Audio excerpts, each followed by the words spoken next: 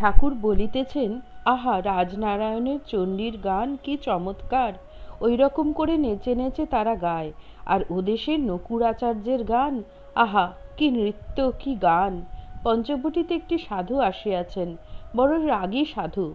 যাকে তাকে গালাগাল দেন, শাপ দেন। তিনি খড়ম পায়ে দিয়ে এসে উপস্থিত। সাধু বলিলেন, হিয়া আগ মিলেগা। ঠাকুর শ্রী রামকৃষ্ণ জোর হাত করিয়া সাধুকে নমস্কার করিতেছেন এবং যতক্ষণ সাধুটি রহিলেন ততক্ষণ হাত জোর করিয়া দাঁড়াইয়া আছেন। সাধুটি চলিয়া গেলে ভবনাথ হাসিতে হাসিতে বলিতেছেন, আপনার সাধুর ওপর কি ভক্তি! শ্রী রামকৃষ্ণ সহাস্যে, ওরে তমমুখ নারায়ণ, যাদের তমগুণ তাদের এই রকম করে প্রসন্ন করতে হয়। এ যে সাধু। শ্রী রামকৃষ্ণ ও গোলকধাম খেলা, ঠিক লোকের সর্বত্র জয়। গোলকধাম খেলা হইতেছে, ভক্তেরা খেলিতেছেন, হাজরাও খেলিতেছেন।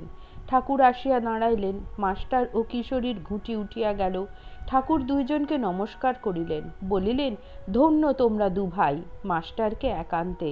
আর খেলো না। ঠাকুর খেলা দেখিতেছেন, আর হাজরার ঘুঁটি একবার নরকে পড়িয়াছিল। ঠাকুর বলিতেছেন, হাজরার কি হলো আবার? জয় ঠাকুর।